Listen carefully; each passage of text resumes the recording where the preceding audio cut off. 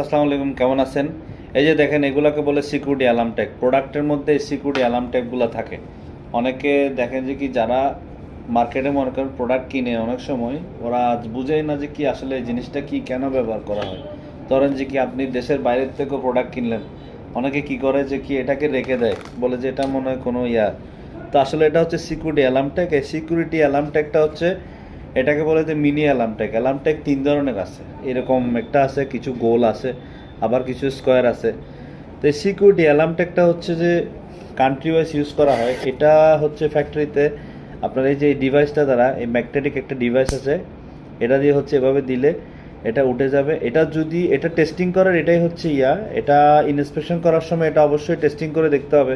কারণ এটা যদি ফাংশনাল না হয়, তাইলে হচ্ছে যে আমার এটা চেঞ্জ করতে হবে। কারণ এটা ওখানে যায়, এন্ড অফ দ্য কাস্টমারের কাছে যায়, যদি এটা না খুলে তাইলে কিন্তু বিপদ।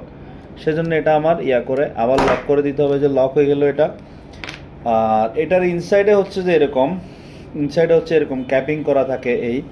অর্থাৎ জিনিসটা হচ্ছে, আমি যখনই এদিক থেকে লাগাবো, ম্যাগনেট লাগাবো, এটা খুলে চলে আসবে। হ্যাঁ, এটা খুলে চলে আসবে, এই যে এরকম করে খুলে চলে আসবে।